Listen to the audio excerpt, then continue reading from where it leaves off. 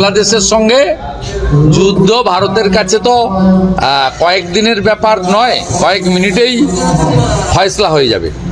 তা আমরা বড় ভাই হিসেবে চিমটি কাটছে, আঁচড় কাটছে, সহ্য করছি। এটা ইউনূসের উস্কানি, উনি যুদ্ধ লাগাতে চান, কারণ উনি ইতিমধ্যে জনসমর্থন। আসসালামু আলাইকুম প্রিয় দর্শক, আশা করি ভালো আছেন। প্রিয় দর্শক, শুভেন্দু বাবু ভারতের বা কলকাতার একজন বিজেপি নেতা, তিনি মাঝে মধ্যে বাংলাদেশকে নিয়ে কিছু বক্তব্য দেন এবং ষড়যন্ত্রমূলক। দেশকে অস্থিতিশীল দিকে ঠেলে দেওয়ার মূল উদ্দেশ্য হলো এই বিজেপি বাবু আর এই বিজেপি নেতা শুভেন্দু বাবু। দর্শক, তিনি বলছেন যে ডক্টর ইউনূস ভারতের সাথে যুদ্ধ করার জন্য উঠে পড়ে লেগেছে, আর এদিকে তিনি হয়তো লাল পানি অথবা নীল পানি খেয়ে পাতলামি শুরু করেছেন। দর্শক, বাংলাদেশের কোনো জনগণ লাগবে না, কলকাতার মানুষই তাকে চুটিয়ে লাল করে দেবে। কারণ তার যে বক্তব্য, এই বক্তব্য কলকাতার প্রায় 90% মানুষ পছন্দ করে না, ভারতবাসী পছন্দ করে না। কারণ তিনি একজন বিজেপি নেতা, কিভাবে যে বিজেপি নেতা হয় সেটা মাথায় আসে না। একজন অশিক্ষিত ব্যক্তি, তিনি যদি শিক্ষিত ব্যক্তি হতেন, একজন ডক্টর মোহাম্মদ ইউনূস বাংলাদেশে যিনি বর্তমান অন্তর্বর্তী সরকার, তার বিরুদ্ধে, বাংলাদেশের বিরুদ্ধে, জনগণের বিরুদ্ধে সবসময় উস্কানিমূলক বক্তব্য দিয়ে আসছে অনেক আগে থেকে, ময়ূর রঞ্জন ঘোষের মতো। তো দর্শক, বাংলাদেশের এবং ভারতের যে সীমান্ত রয়েছে, জিরো পয়েন্ট বা জিরো পিলার, যে কোনো দেশ যদি কাঁটাতারে বেড়া দেয় 150 গজ দূরে দিতে হবে, এটা হলো আন্তর্জাতিক আইনের নির্দেশে। আর সেটা যদি কেউ না মানে তাহলে সেই আইন লঙ্ঘন করা হবে, আর কোনো দেশ এই কাঁটাতারে বেড়া জিরো সীমান্ত দিয়ে দিতে দেবে না। সেখানে ভারত কি করছে? জোর করে দিচ্ছে। 1 নাম্বার ভুল। 2 নাম্বার ভুল, বাংলাদেশের সীমান্তে যে গম রয়েছে, বাংলাদেশের চাষিরা সে গম কাটতে গিয়েছিল, সেখানে তারা বাধা দিয়েছে। নাম্বার 2, বাংলাদেশে যে আম গাছ রয়েছে, ফলের গাছ, সে গাছগুলো তারা জোরপূর্বক কেটে দিয়েছে।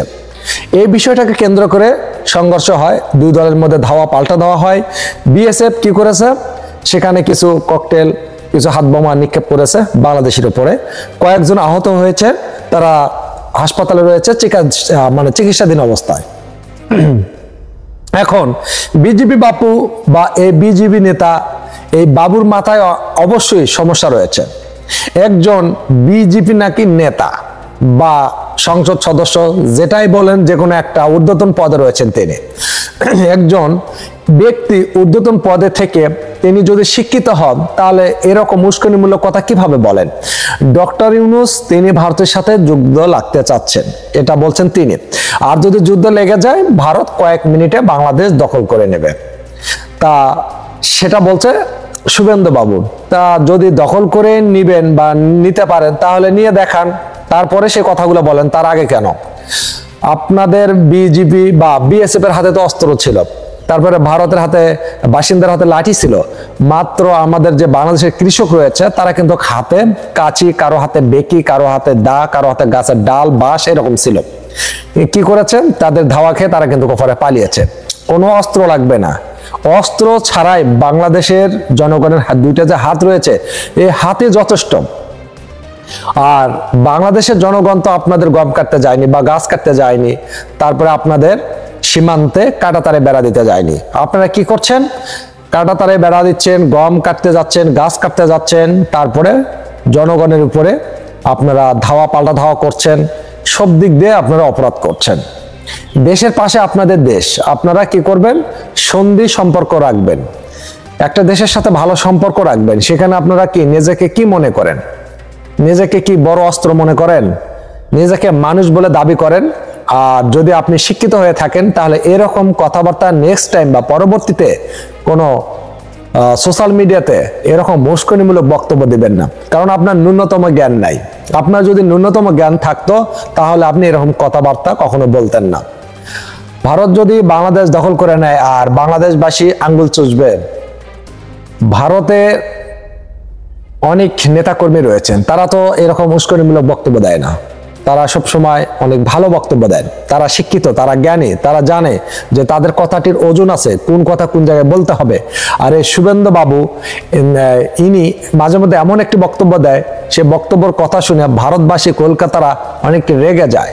কারণ যে বক্তব্যর যে কথার কোনো ভিত্তি নেই সেই কথাগুলো তিনি বলে ফেলেন।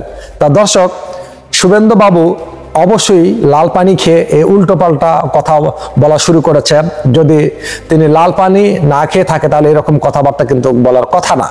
তার ভিতরে সমস্যা রয়েছে, তার মেন্টালি প্রবলেম রয়েছে।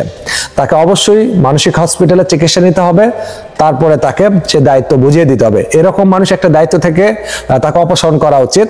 কারণ এরকম মানুষের কারণে দুই দেশের মধ্যে ঝগড়া, বিবাদ, দাঙ্গা অনেক কিছু ঘটে যেতে পারে এই কথাগুলোর কারণে। ভারত সরকারকে অবশ্যই বলবো যে এরকম যেসব বিজেপি নেতা রয়েছে যাদের মাথায় প্রবলেম, এরকম দেশের বিরুদ্ধে ষড়যন্ত্র করে, তারা অন্য দেশের বিরুদ্ধে যারা ষড়যন্ত্র করে নিজের দেশের বিরুদ্ধে তারা ষড়যন্ত্র করবে না, তার কি গ্যারান্টি রয়েছে? এরকম মানুষগুলো উচ্চপদ থেকে অপসারণ করে নতুন লোক নিয়োগ করা উচিত। তা দর্শক, আপনাদের মতামত অবশ্যই কমেন্ট বক্সে লিখে জানাবেন। আর ভারত থেকে যারা ভিডিওটি দেখছেন আপনাদের মতামত অবশ্যই কমেন্ট বক্সে লিখে জানাবেন। আবারও দেখা হবে আপনাদের সাথে নতুন কোনো ভিডিওতে। আমি এমডি রুবেল হোসেন, আল্লাহ হাফেজ।